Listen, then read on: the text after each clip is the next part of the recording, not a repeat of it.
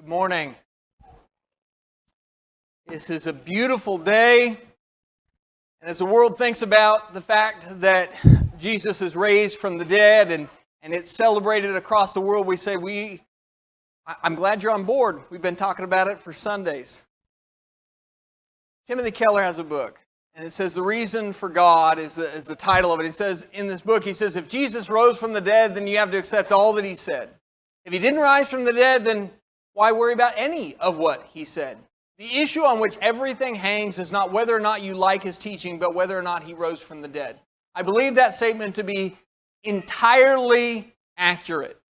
If Jesus is not raised from the dead, don't worry about anything he said. In fact, Paul will say a very similar thing. 1 Corinthians 15, and we'll start in verse 14. It says, if Christ is not risen, then our preaching is empty, and your faith is also empty. Yes, and we are found false witnesses of God, because we have testified of God that he raised up Christ, whom he did not raise up, if in fact the dead do not rise. For if the dead do not rise, then Christ is not risen, and if Christ is not risen, your faith is futile, you are still in your sins. Then also those who have fallen asleep in Christ have perished. If in this life only we have hope in Christ, we are of all men the most pitiable. Every other major religious belief, whether you're talking about Buddhism or Hinduism or humanism, is based off of a philosophy separate and apart from the facts. In other words, you listen to what the teachers of that religion say about what is right and what is wrong and how you should live your life, and all of that philosophy exists separate and apart from the actual world that we live in. But not Christianity. Christianity is a philosophy that does not exist apart from history. It exists because of history. It is totally dependent upon historical events. Our whole religion, our whole belief system stands or falls based upon the resurrection of Jesus Christ. If that tomb is not empty, what are we doing? Everything that we believe is based off of the fact that he was raised from the dead, and so too will we in like manner when we die. That tomb, that's the whole thing. Which makes it two things. It makes it based off of not philosophy but fact, and it also makes it verifiable. That is, you can look at the world, you can look at history, and you can come to a conclusion. Was Jesus raised? Yes or no? If he was, I better listen up. If he was not, go about your day. In Romans chapter 1, verse 3, Paul would write and say, concerning his Son, Jesus Christ our Lord, who was born of the seed of David according to the flesh, and declared to be the Son of God with power according to the Spirit of holiness by the resurrection of the dead. That is, Paul says, do you know how you can have confidence that Jesus is the Son of God? Which is the great confession. Not Jesus is a good teacher, not that he is a morally upright man, not Jesus, I like him a lot and he had a lot of good life coaching things to teach me. Now, the teaching of the Bible is that Jesus is the Son of God.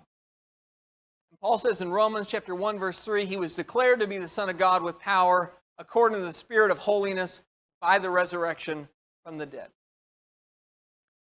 The historical facts that back up the Bible are unique and specific, and they're also of public record. Meaning that Christianity is not something that you must feel in your heart first. It is something that you can verify with your mind first. In fact, as you go through your Bible, that is how all the preaching starts. Not by an attempt to elicit an emotional appeal, although that often follows. In fact, I can guarantee you it will follow, because if you really understand the facts, you are going to have emotional reaction to it. But the reality of Christianity is that it appeals to your mind first. In Acts chapter 2, in the very first sermon, he points out the facts. Here's the facts. Jesus walked amongst you. God testified to him by signs and wonders. You killed him, but then the tomb is empty. He is the Christ. What are you going to do about it? This is the message of the Bible, which means we can make a legal search for the truth about Jesus. The historical event that changes everything is one that we can pursue and find out what is said about it. In 1 John chapter 4, 1 John chapter 4 and verse 1, the Apostle John will write and say, "Beloved, do not believe every spirit, but test the spirits, whether they are of God, because many false prophets have gone out into the world." Today is Easter, and the world is talking about Jesus. But after today, they're going to go right back to where they have been. The world that we know it will go right on, continue with the way it is, and we'll be stuck with the reality that religious confusion is everywhere. And people do a lot of different things and live a lot of different ways, and they all say it's fine because everybody thinks that what they're doing is fine. But John says, test the spirit to see whether they're from God. The Bible solicits you taking the time to investigate it. It wants you to dig in and test the facts. It wants you to look and pursue it as if the facts in there matter, not just how you feel about it. You can think of it like you would think of a trial. Imagine you're going to prove a man guilty or innocent of murder. Imagine you are that man. How much would you care about the facts? How much would they matter if there was a court trial? Would you want the jurors to get caught up in their feelings about the man? I tell you, I wouldn't. If I'm the guy on trial, I don't know how they're going to feel about me. Maybe they like me. Maybe I remind them of the worst uncle they had and they don't want to have anything to do with me. I don't want the case, if I'm on trial, to be based off of feelings of the jurors. I want it to be based off of the facts. What I'm asking you to do today is to put your feelings aside for a second. Because my guess is that you have some feelings about Jesus. And many of you may have some very good feelings about Jesus, and that's great. Some of you may have more ambivalent feelings towards Jesus. You might even feel guilty about that you don't feel more for Jesus the way it seems that other people do. Some of you might have some skepticism about him. And somebody drug you here, but you're here. And what I want you to do is, whatever those feelings are, I just want you to put them aside. I want you to put them aside, and I want you to consider this as a court trial. The events of the empty tomb have to be understood based off of the evidence. Now, we can't do that based off of scientific evidence because the empty tomb is not a scientific argument. It's a historical event. And we don't prove historical events using scientific data. Historical events we prove based off of legal data. We look at things from a legal standpoint. And that's what we're going to do. Can we prove legally, through the preponderance of the evidence, that Jesus really was raised from the dead? And the first piece of evidence I want to admit into our court case, as we put the empty tomb on trial, is the New Testament. Because after all, the document that talks about the resurrection of Jesus more than any other document is the New Testament. And so in some ways you could say, well, a lot of this court case rises and falls on whether or not you believe the New Testament writers. And that too is a major part of the world that we live in. What's your feelings about the Bible? I want you to set them aside. Maybe you grew up understanding and thinking of the Bible as a wonderful book and you should do what it says, and so you have a lot of very positive feelings. Maybe you grew up not having any sort of access to a Bible or at least any interest in the Bible. Maybe you have negative connection to it. You grew up with people who used the Bible like a weapon to beat on you with. Whatever your feelings are about it, this is a court trial. We try and get rid of those. I want you to talk with me, and we're going to look at, can we understand the New Testament and admit it into evidence? And we're going to do it based off of the same way that we put people on trial for murder. Federal rules of evidence. These are the literal, and I understand you're not going to be able to read this, but I put it up there so you can know, just like all other legal documents that you don't read, that it's real. Federal rules of evidence, starting in Rule 901, I'm not going to read it all, but just the bolded part says ancient documents or data compilation. That is, how do we decide whether we're going to admit an ancient document into trial in a federal court case? So if you were to go and there was a federal trial in the US of A, and they were going to take an ancient document and they wanted to admit that, some document, by the way, they count an ancient document as anything that existed 20 years or more. So some of you are pretty ancient. If they're going to admit that, an older document, what are their standards?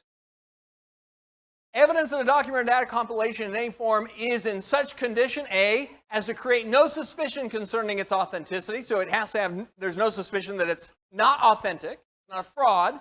B, it was in place where it, if authentic, would likely be. That is, not only does it have no suspicion that it was a fraud, but also you found it where you expected to find it. And C, has been in existence 20 years or more at the time it is offered.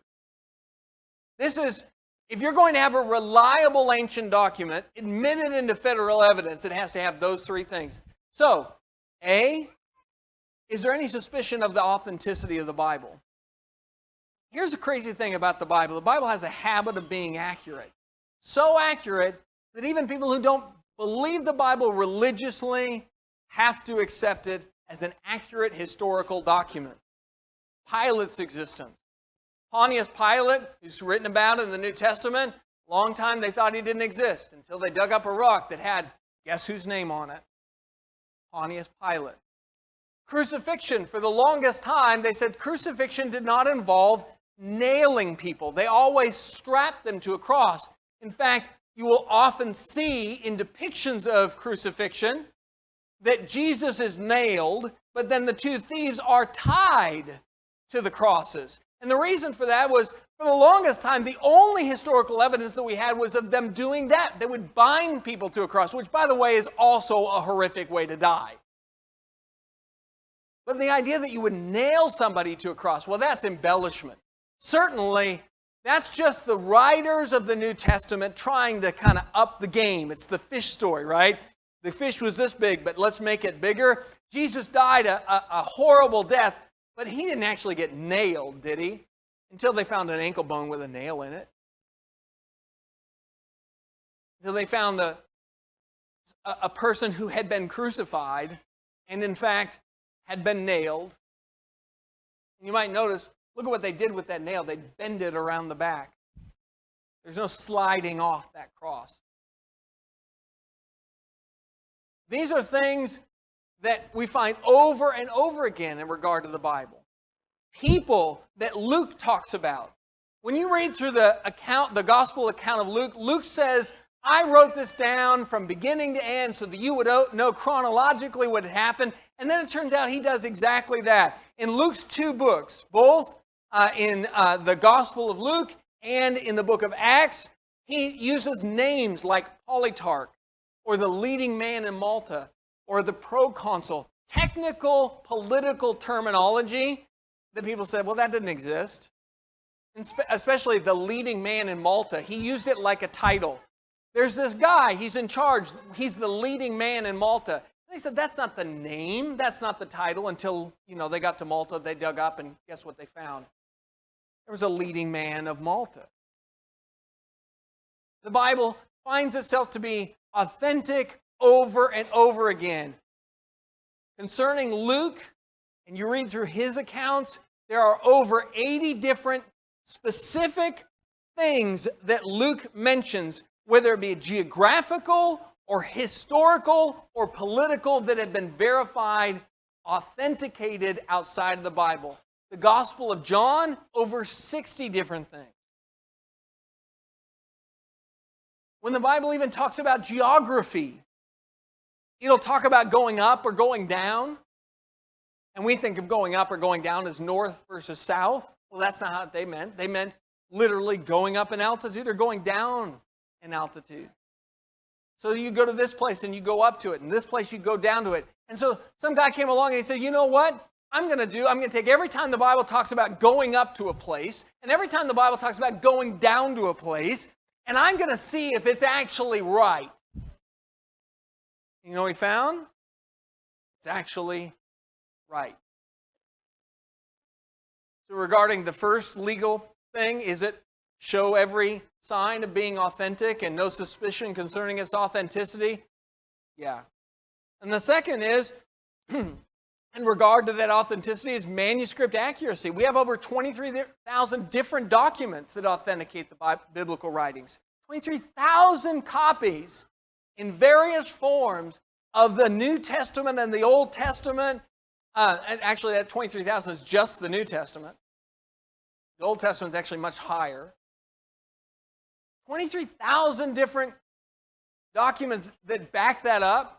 The next closest ancient document, you know how many copies we have of that? 643. And it's Homer's The Iliad, which you can pick up, by the way, at any library, and every librarian will tell you, oh yes, we have this ancient document, and you can read it. We translated it perfectly into English. Don't just accept it. If it's true with Homer's The Iliad, how much more so is it with the New Testament? Is it found in a location without suspicion? If, for example, the first copy of the New Testament that was ever found was found in New York City, you might be a little suspicious. That, by the way, is the first copy of the Book of Mormon.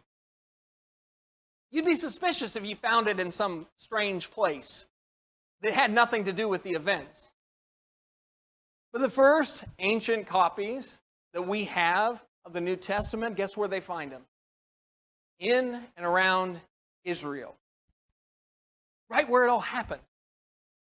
In and around the place where all of those events occurred. Within a generation or two of those events. And is it more than 20 years old? Try 2,000. And it's held up the whole time. What I want you to understand is that when we say, let's follow the New Testament, we're not just saying, hey, we found this book, we really like what it says. That's not what we're saying.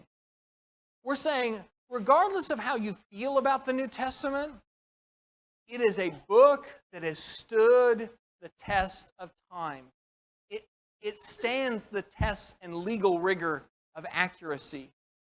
And so the same book that specifically says things like go up and go down and gets it right, or Polytarch, or proconsul, or references a census the year that Jesus was born where everybody had to go back to their home city. Can you imagine them doing that in America, by the way? They take a census. They say, we're going to do a census of all of America, and every one of you has to travel back to the city you were born in order to do it. There would be rioting in the streets over such a thing. Nobody would do it. And so for years they thought that census never happened. Guess what? Later on they found out that's exactly what was expected. So the same New Testament that gets all of these facts correct with such careful attention to historical truth, then tells you about an empty tomb and Jesus was raised from the dead. You have to take it seriously. We're going to talk about some of the major arguments against, because one of the jobs that I have to do from the pulpit, since I'm not going to bring up somebody to argue against me, one, because I don't want to, and two, I'm pretty sure they wouldn't want to come, is I need to tell you, what is somebody going to say? Yeah, Scott's going to say the tomb was empty. But what would somebody else say? What are the arguments, the best arguments that the tomb is empty? I'm going to give you the 4 best. There are some other ones, and they're all bad. These first 4 are the best they've got. The first one is simply, argument number 1, Jesus is a legend. He's not a real guy at all. So, Bertrand Russell wrote in his writing, Why I Am Not a Christian, he says, historically, it's quite doubtful whether Christ ever existed at all, and if he did, we do not know anything about him. Bertrand Russell was a big fan of the idea that Jesus just wasn't. But again, if you go to the library, go to a local public library and get a copy of the works and the writings of Josephus. Josephus was not a Christian, but he lived in and around the time that Jesus did. And he wrote of the history of the Roman world at the time that Jesus was alive. And he is a historian of one of the highest orders. He is revered by ancient historians as a great and careful articulator of the events of the Roman Empire. Let me quote from Josephus. At this time, there was a wise man who was called Jesus, and his conduct was good, and he was known to be virtuous. And many people from among the Jews and other nations became his disciples. Pilate condemned him to be crucified and to die, and those who had become his disciples did not abandon their loyalty to him. They reported that he had appeared to them 3 days after his crucifixion and that he was alive. Accordingly, they believed that he was the Messiah, concerning whom the prophets have recounted wonders. This is a man writing of the history of the Roman Empire while it was happening. And this is what he says about Jesus. Not a legend, not some mythical unicorn creature, a real man. And he wasn't following him. He just said, look, this is what he was. He was a virtuous and known to be a virtuous man. People followed him. His disciples believed he was raised from the dead. And even under persecution, they continued to follow him. And they consider him to be the Messiah. Not I consider him to be the Messiah, they do. The fact is, historians almost unanimously agree that Jesus of Nazareth was a real historical figure, a real man who walked, spoke, and was born in Israel around 3 BC. The question is not whether he really lived, but whether he's really the Son of God. The first argument is bad. And historians as a whole no longer even use it. It's an argument used by people who don't actually know history.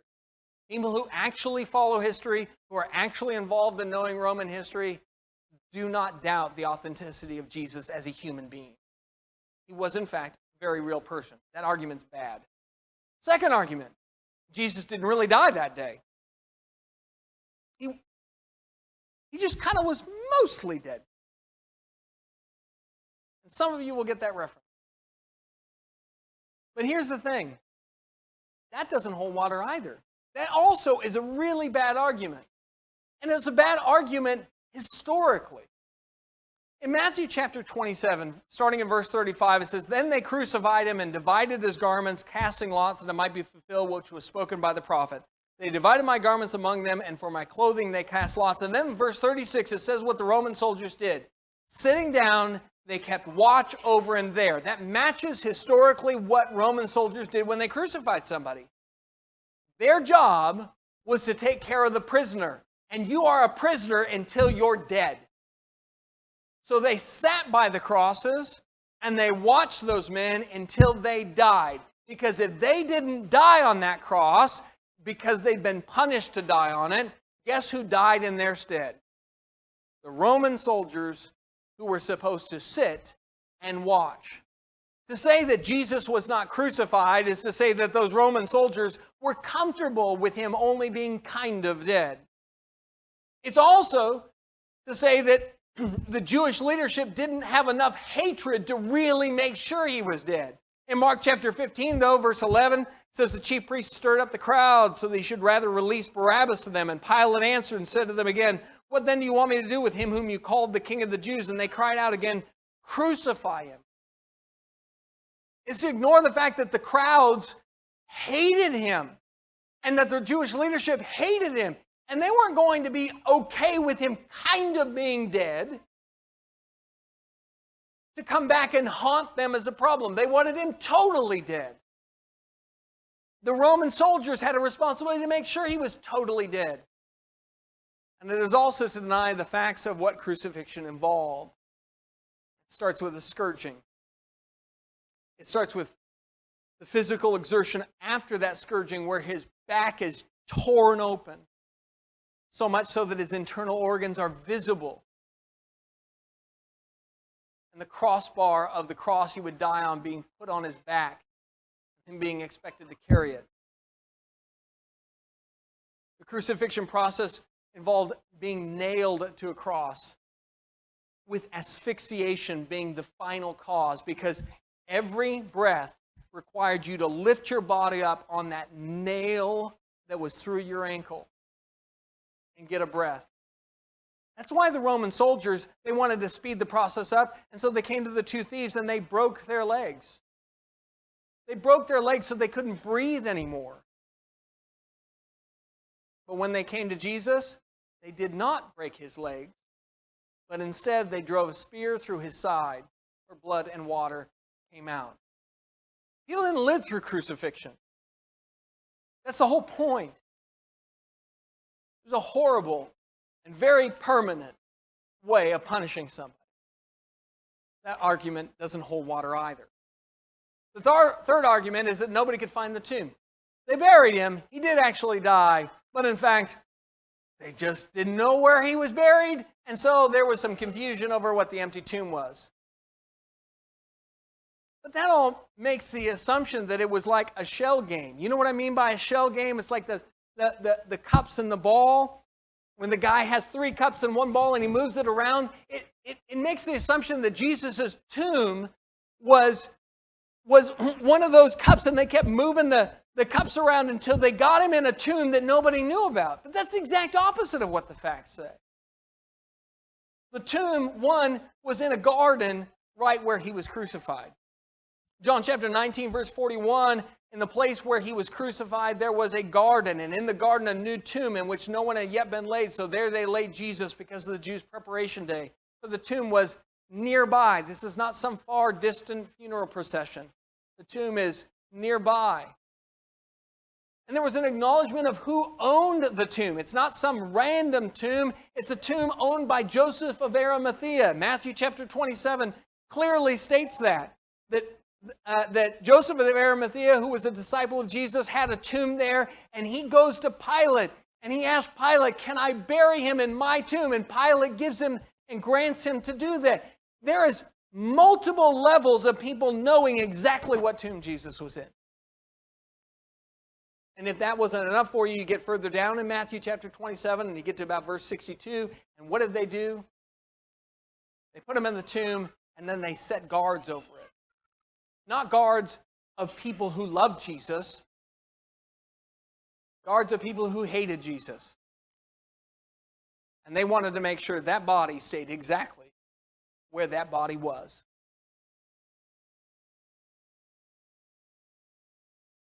The fact of the matter is that the third argument doesn't make any sense, because all of the preaching that began the early church started with a reference to the empty tomb. You look in Acts chapter 2, you look in Acts chapter 3, and there's specific reference in both of those early sermons, the first sermons, to Jesus has been raised from the dead and the tomb is empty. And where were those sermons given? In Jerusalem, the city where the tomb was.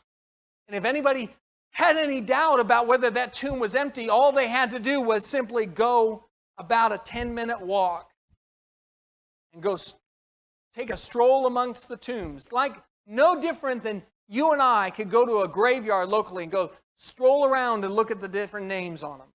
They could just wander outside the city gates and see, is that tomb, in fact, empty?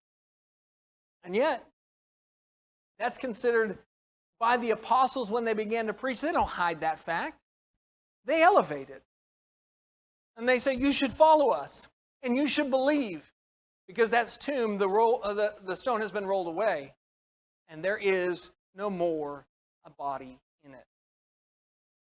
The fourth argument, the witnesses aren't reliable. He wasn't raised from the dead because the people that were telling us about it, they are not reliable.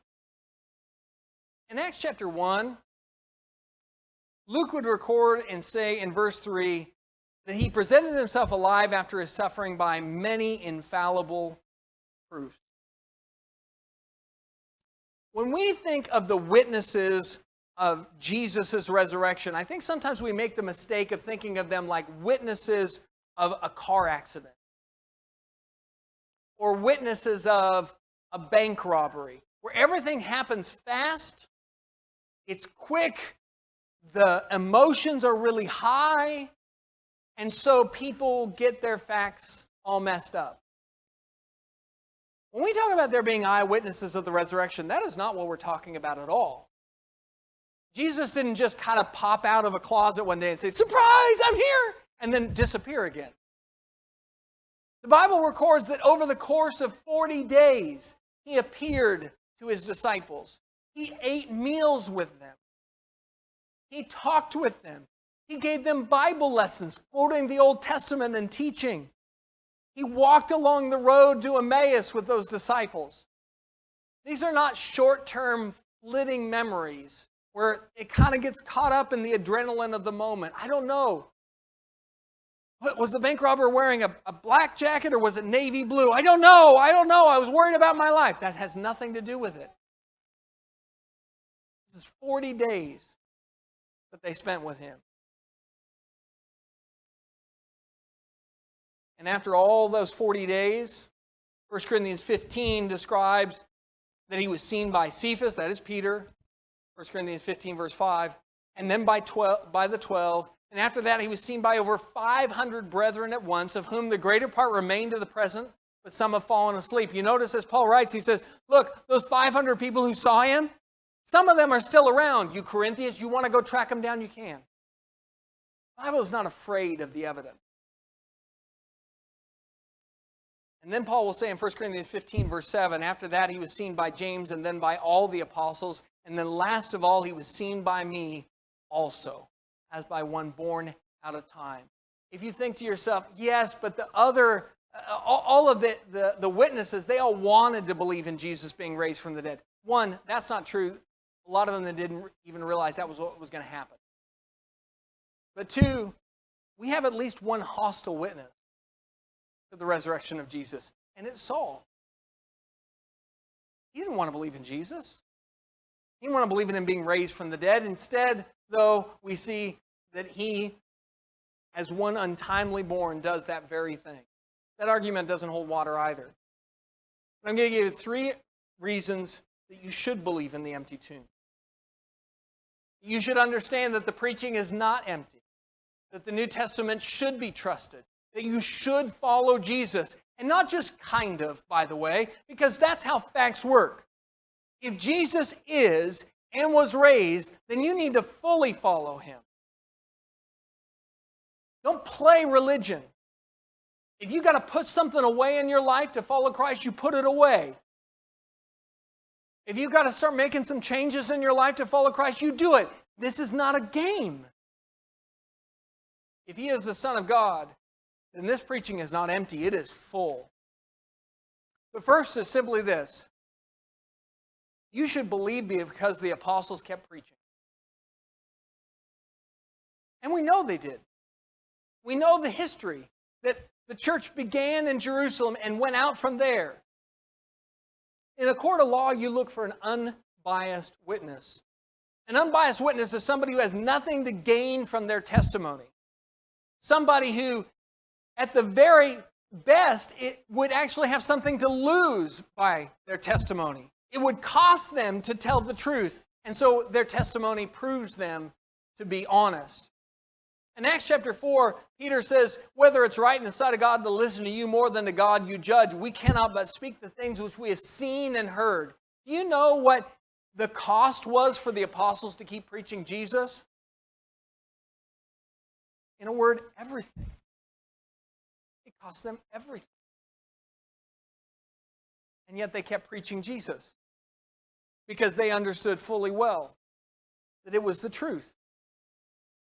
And there are going to be times in your life that if you follow Jesus, it's going to cost you some things. These men had plenty of times to cry uncle and give up, but they didn't. Instead, they continued to preach and teach, which they had seen and heard. The second evidence is that in the first century, nobody refuted this story. Of all the things they argued with Christianity about, they really did not spend much, if any, time arguing that empty tomb. That was an agreed upon fact. The enemies of Jesus didn't like what he had to say. They didn't like his philosophy. They didn't like their loss of power. But the fact of the matter is that when they had a chance to squash the church early on by simply saying, walk out there, that tomb's not empty, we've got a body, they didn't. Because they couldn't. They didn't have a body. Because Jesus was risen. They wanted to stop the story of the resurrection of Jesus. In Acts chapter 5, in verse 26, it says, the captain went with the officers and brought them without violence, for they feared the people lest they should be stoned. And when they had brought them, that is the apostles, they set them before the council. And the high priest asked them, saying, did we not strictly command you not to teach in this name? And look, you have filled Jerusalem with your doctrine and intend to bring this man's blood on us. You are trying to make him seem like he's something special, and we're bad guys. Stop preaching. You know how you get them to stop preaching? You bring out the body of Jesus, but they don't do that because they don't have it. And the third reason that you should believe is that first century Jews accepted it as a fact. If you go to Acts chapter 17, Paul, as his custom was, in Acts 17, Paul would go from city to city, and it says this was his custom. He went into them and for 3 Sabbaths reasoned with them, that is, with the Jews from the Scriptures, explaining and demonstrating that the Christ had to suffer and rise again from the dead, and saying, this Jesus whom I preach to you is the Christ. He would explain to them, do you know that the Christ would have to be raised from the dead? And once they figured that out, he'd just say, yeah, that's Jesus. And they go, oh. First century Jews did not argue that Jesus was raised from the dead. They just had to understand that him being raised from the dead meant he was, in fact, the Messiah. In the first century, when people were closest to the situation, it was considered a proven reality that Jesus rose from the dead. And my admonishment to you is that we need to do the same thing. We need to get deep conviction within our hearts that Jesus is risen from the dead. Because if he's risen from the dead, so will we be. If he is not, what are we doing? But folks, the facts, the truth. This quarter, our goal is every soul needs truth. Eat it. Buy the truth and do not sell it. The truth is that tomb is empty. Why are you looking for him here? He is risen. If you are not a Christian, if you've not obeyed the gospel, but you are ready to do so, you're ready to do that which is pleasing to God, to be baptized and have your sins washed away, wait no longer as we stand and sing the invitation song.